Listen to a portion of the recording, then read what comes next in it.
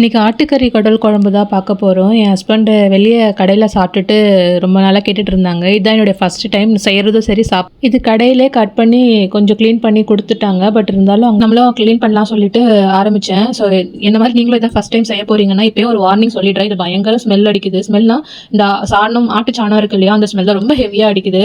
But இதை நீங்கள் clean பண்ண வந்து அந்த ஸ்மெல் கம்மியாகிடுது. ஸோ அதனால நீங்கள் நல்லா வாஷ் பண்ணணும் இதை. ஸோ ஃபஸ்ட்டு வந்து ஒரு பாத்திரத்தில் போட்டுட்டு இதை நான் வெறும் தண்ணியில் வந்து ஒரு வாட்டி நல்லா அலசி எடுத்துக்கிறேன். ஸோ கடையிலே வந்து பார்த்தீங்கன்னா இந்த மேலே ஒரு மாதிரி இருக்கும் இல்லையா, சொரன்னு அதெல்லாம் சூப்பராக க்ளீன் பண்ணி கொடுத்துட்டாங்க.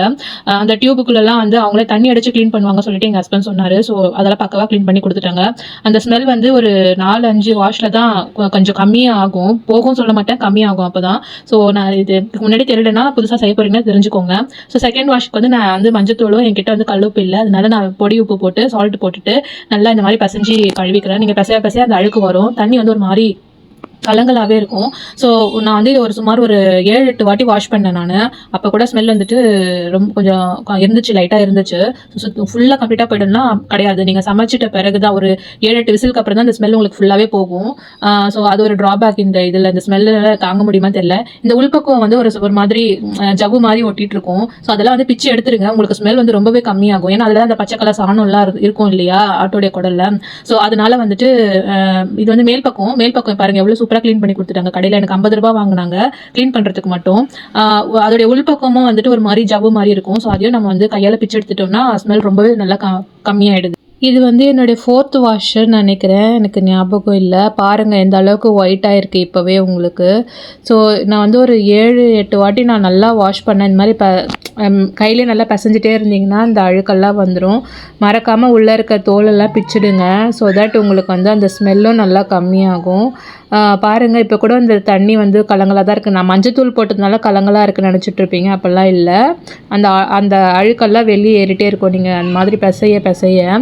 ஆனால் வந்து இது வந்து வயிற்றுக்கு ரொம்ப நல்லது, வயிற்று புண் ஆற்றும் அப்படி சொல்லிட்டுலாம் சொன்னாங்க. அதனால தான் இதை நாங்கள் செஞ்சோம்.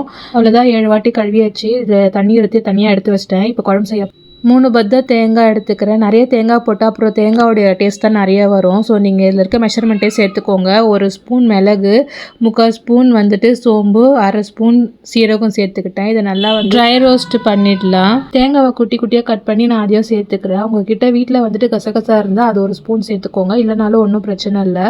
ஸோ இது சேர்த்திங்கன்னா குழம்பு கொஞ்சம் திக்காக இருக்கும் தண்ணியாக இல்லாமல், அதனால. ஸோ அப்படி இல்லைன்னா பொட்டுக்கடலை சேர்த்துக்கோங்க. எல்லாத்தையும் ஒரு மிக்ஸி ஜாரில் போட்டுட்டு ஒரு 3 கிராம்பு, ஒரு சின்ன துண்டு பட்டை போட்டு அரைச்சி எடுத்துக்கோங்க பேஸ்ட்டாக. குக்கரில் கொஞ்சமாக எண்ணெய் ஊற்றி பட்டை, கிராம்பு, ஏலக்காய், அப்புறம் இந்த பிரிஞ்சி இலை எல்லாம் சேர்த்து 3 நல்லா பொடிசாக கட் பண்ண வெங்காயத்தையும் ஒரு பச்சை மிளகா, அதுக்கப்புறம் கொஞ்சமாக கருவேப்பிலை போட்டு நல்லா வதக்கிக்கோங்க.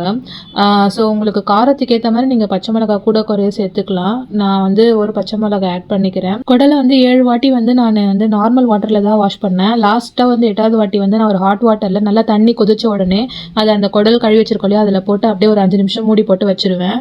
ஸோ நான் அதை காட்டுறேன் உங்களுக்கு வீடியோவில். ஸோ வெங்காயம் நல்லா வதங்கினதும் அப்புறம் இஞ்சி பூண்டு பேஸ்ட் வந்து ஒரு 2 ஸ்பூன் சேர்த்துக்கிறேன். நான் நல்லா இஞ்சி வதங்கினதும் நல்லா ஒரு தக்காளி பழம் வந்து நான் 2 மீடியம் சைஸ் தக்காளி பழம் சேர்த்துக்கிறேன். தக்காளி நிறைய சேர்க்கக்கூடாது.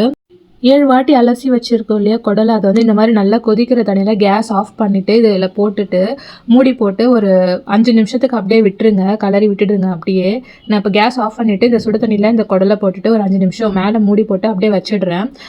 ஸோ இதில் இருக்க சப்போஸ் அந்த கிருமி இல்லைன்னா வேறு இன்னும் அழுக்குங்கள்லாம் இருக்கும் இல்லையா, அதெல்லாம் இருந்துச்சுன்னா இந்த குடலில் வந்து போயிடும். ஸோ அதனால் வந்து இந்த மாதிரி கண்டிப்பாக பண்ணுங்கள்.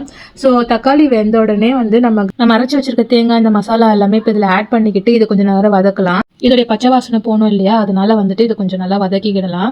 இப்போ 5 நிமிஷம் ஆயிடுச்சு. இப்போ பாருங்க இதுலேயே கொஞ்சம் லைட்டாக அந்த இதில் குடலில் சுருண்டு வந்திருக்கு. ஸோ இது அப்படியே இருக்கட்டும். இப்போது 1 ஸ்பூன் மஞ்சத்தூள், அதுக்கப்புறம் 2 ஸ்பூன் மிளகாத்தூள் நான் ஆட் பண்ணிக்கிறேன். ஆட் பண்ணிவிட்டு மிளகாத்தூள் ஸ்மெல்லெல்லாம் நல்லா போனதுக்கு அப்புறமேட்டு நம்ம குடலை வந்து இதில் ஆட் பண்ணிடலாம். ஸோ இப்போ நான் குடலை எல்லாமே ஆட் பண்ணிட்டேன். இதில் வந்து உடனே தண்ணி ஊற்றாதீங்க. குடலை வந்துட்டு தண்ணி ஊற்றாமல் வெறும்னே வந்துட்டு இந்த மசாலாலே ஒரு 5-10 நிமிஷம் நல்லா வதக்குங்க. ஒரு 10 மினிட்ஸ் இது நல்லா இப்படியே வெந்ததுக்கு அப்புறம் நீங்கள் இதில் தண்ணி ஆட் பண்ணிக்கலாம். ஸோ நல்லா வெந்துடுச்சு மசாலாவில். இப்போ நான் வந்துட்டு தண்ணி ஆட் பண்ணிக்கிறேன் தாராளமாக.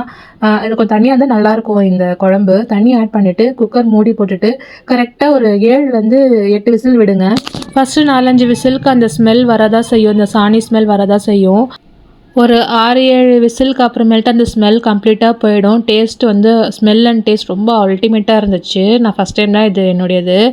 அண்ட் வந்து பார்த்திங்கன்னா, கொஞ்சம் ரொம்ப தண்ணியாவும் இல்லாம, திக்காவும் இல்லாம மீடியம் இதில வந்துட்டு குழம்பு ரெடி ஆயிடுச்சு. இது வந்து இட்லிக்கு வந்து ரொம்ப பர்ஃபெக்ட். டிஃபனுக்கெல்லாம் நீங்களும் ட்ரை பண்ணி பாருங்க.